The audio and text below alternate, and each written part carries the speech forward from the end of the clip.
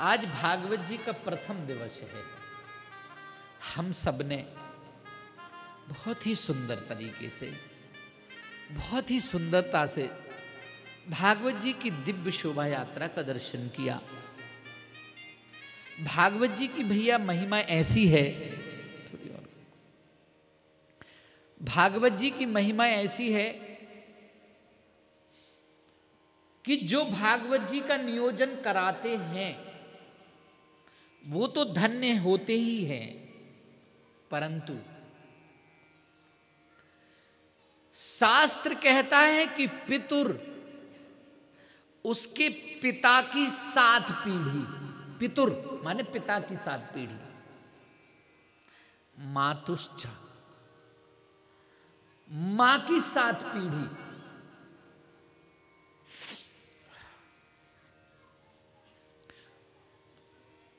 भार्यायाः पत्नी की 7 पीढ़ी, सुतारिताः खुद की 7 पीढ़ी, ऐसी 7 पीढ़ियां धन्य होती हैं जो भागवत जी की कथा का नियोजन करते हैं। ऐसी महिमा है भागवत जी की।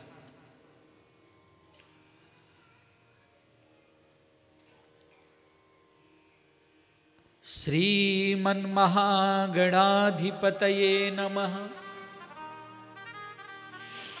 श्री पुराण पुरुषोत्तमाय नमः। श्री गुरुचरण कमलेभ्यो नमः।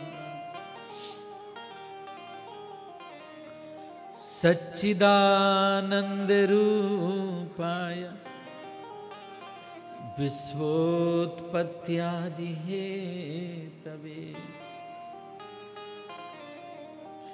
तापत्रय विनाशाय श्री कृष्णाय वयं नमः। श्री कृष्णाय वयं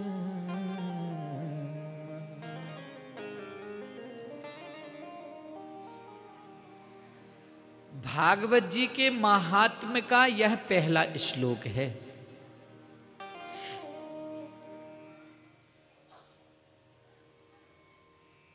देखिए, यदि हम अपने मुंह से ही अपनी तारीफ करें तो लोग कहेंगे ये तो भैया ऐसा ही आदमी है। लेकिन अरे अपनी तारीफ तो सभी करते हैं। यदि हमारी तारीफ यदि कोई और करे तो यह पक्का हो जाता है कि भैया ये जो है अच्छे भले आदमी हैं। तो भागवत जी की प्रशंसा, महिमा का गान, ये कौन है, कैसे हैं, इनके सुनने से, इनके करने से, इनको देखने से, इनको छूने से, इनकी पूजा करने से क्या क्या जीवन में लाभ होते हैं, यह है महात्म्य। महिमा को गाना, कि भागवत जी को समझना कि भागवत जी क्या है। पहला श्लोक है सच्चिदानंद रूपाय। पहले नंबर भगवान के स्वरूप का वर्णन किया गया है।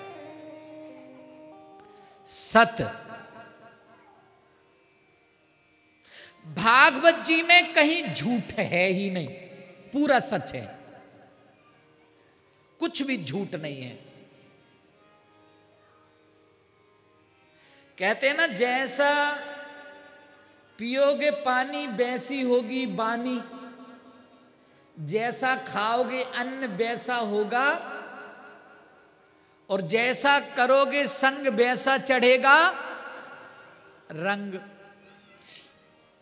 भागवत जी में झूठ है ही नहीं, सच्चाई ही सच्चाई है।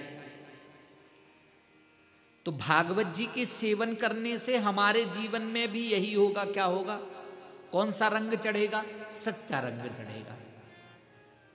लेकिन ऐसा नहीं कि बस एक बार सुन लिया और फिर कहते हैं कि भैया अभी तो सुनी थी, पहले तो सुनी थी, अब क्या सुनना। अच्छा, रोज खा लेता है, फिर क्यों खाता है बार बार? है? एक बार नहा लेता है, फिर क्यों बार बार नहावे भैया? जैसे शरीर को शुद्ध करने के लिए नित्य स्नान जरूरी है, इसी प्रकार से इस मन को, इस आत्मा को पावन करने के लिए सत्संग भी नित्य जरूरी है, रोज जरूरी है। ऐसा कहते हैं लोग। क्या भजन भजन भजन भजन, क्या कथा कथा कथा, क्या सत्संग सत्संग लगा रखा है। एक बात निवेदन कर दूं, दो शब्द हैं, एक तो भोजन और दूसरा भजन। ध्यान रखना, भोजन में मात्रा लगी है, लेकिन भजन में कोई मात्रा नहीं लगी। ये शब्द ही हमें उपदेश दे रहे हैं, ध्यान रखना। भोजन यानी भोग सामग्री, दुनिया के भोगों से तुलना कर दी भोजन की। अधिक स्त्री का संग, अधिक बच्चों से मोह, अधिक बिल्डिंग से मोह, या आदि आदि पैसों से मोह, ये वर्जित है, क्योंकि ये मात्रा से सेवन करना चाहिए, क्योंकि मात्रा लगी है। अधिक नहीं, मात्रा से, एक लिमिट से, एक दायरे से, एक हद तक। लेकिन भजन में क्या है? कोई मात्रा नहीं है प्यारे, कोई मात्रा नहीं। भजन तो जितना ज्यादा से ज्यादा हो सके, जितना ज्यादा से ज्यादा हो सके, अहरनिश रात दिन, आठों याम 24 घंटे करते जाइए, करते जाइए, करते जाइए। तो भागवत जी के बार बार सानिध्य में आने से, भागवत जी की बार बार कथा सुनने से, बार बार गुरु संतों के सानिध्य में आने से तुम्हारा जीवन भी सच्चाई से भर जाएगा। और ध्यान रखना, तुम जीवन में कितना धन इकट्ठा कर लेना। एक बार प्यार से बोलें जय जय श्री राधे। क्यों? आज एकादशी है क्या? नहीं ना? तो आवाज फिर क्यों कम हो रही है? जोर से निकलनी चाहिए ना। बोलिए जय जय राधे। थोड़ी और जोर से, जय जय।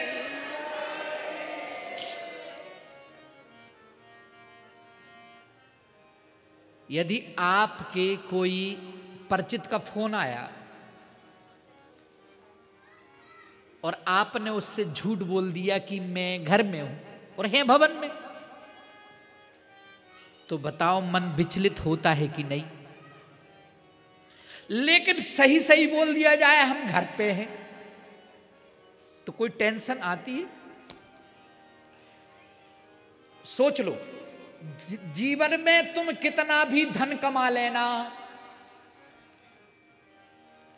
कितने भी संसार की वस्तुएं इकट्ठी कर लेना, लेकिन शांति जब भी मिलेगी प्यारे तो सत्य से ही मिलेगी, सत्य से ही मिलेगी।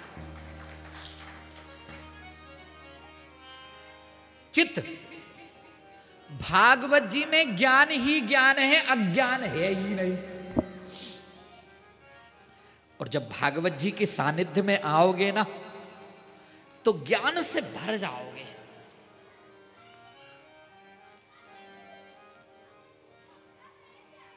आजकल लोग इंग्लिश क्या पढ़ लिए, थोड़ा मॉडर्न बनना चाहते। मैं उनसे निवेदन करूं, कलयुग में क्या होगा? मात पिता बालक ही बुलावे, मात पिता बालक ही बुलावे, उदर भरे सोई धर्म सिखावे, उदर भरे सोई धर्म सिखावे, मात पिता बालक ही बुलावे, मात पिता बालक ही बुलावे, दोनों हाथों को उठा के, मात पिता बालक ही बुलावे। उदर भरे सोई धर्म सिखावे। उदर परे सोई धर्म सिखावे। मात पिता दोनों हाथों को ऊपर करके, पीछे सुनाई नहीं पड़ रहा क्या? सब लोग हाथ ऊपर करें। कहीं बुलावे।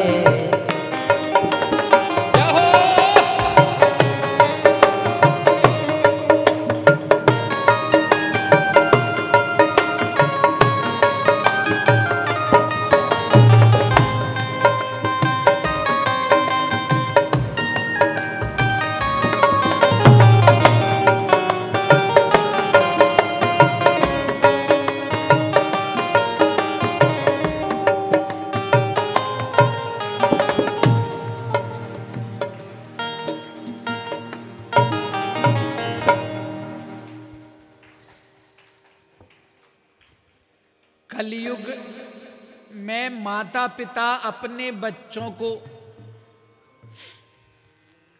केवल पेट भरने की शिक्षा देंगे, और वही हो रहा है। मुझे एक बात बताइए, आपने पढ़ा लिखा, आप सीए बन गए, तो सीए बनने में क्या आप भगवान को पालोगे? क्या आपके अंदर ज्ञान आया? क्या आपके अंदर वैराग्य आया? क्या आपके अंदर भक्ति आई? क्या आप भगवान के चरणों में प्रीति हुई? नहीं। केवल आपने कानून की किताबों को पढ़ा, केवल कानून को जाना।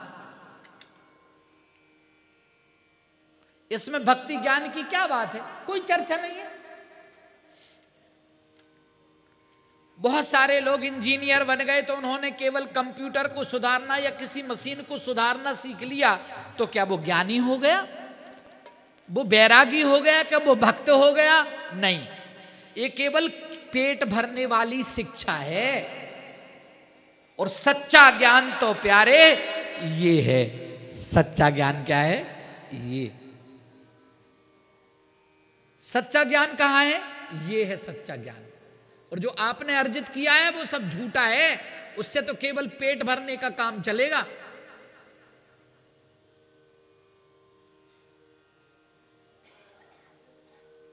और इस आत्मा को यदि तृप्त करना चाहते हो, इस मन को यदि आनंदमय बनाना चाहते हो, जैसे धन कमा लिया तो पेट और अच्छे कपड़े पहनने से थोड़ी देर सुकून मिलता है, लेकिन हमेशा हमेशा के लिए यदि प्रसन्न रहना चाहते हो, आनंद में रहना चाहते हो, तो इस ज्ञान को धारण करना पड़ेगा। इस ज्ञान को धारण करना पड़ेगा, तो आपके जीवन में ज्ञान ही ज्ञान आ जाएगा। जैसे भगवान श्री कृष्ण पूरे परिवार के साथ में रहते हैं तब भी खुश रहते हैं, लेकिन पूरा परिवार जब मर जाता है इसके बाद भी कन्हैया खुश रहता है। इसको कहते हैं ज्ञान। यहां तो हम चिल्ला पीट रहे हैं, चिल्ला रहे हैं, रोना शुरू हो जाता है।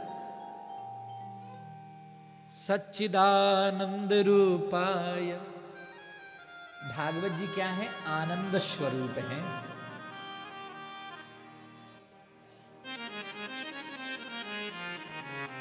यदि भागवत जी की शिक्षा पर चलोगे, संतों की शिक्षा पर जीवन में चलोगे, गुरुजनों की शिक्षा पर तुम जीवन में चलोगे, तो आपका जीवन आनंद से भर जाएगा। क्योंकि हर क्षण हर पल आपको अच्छा मार्ग प्रशस्त किया जाएगा, बुरा नहीं।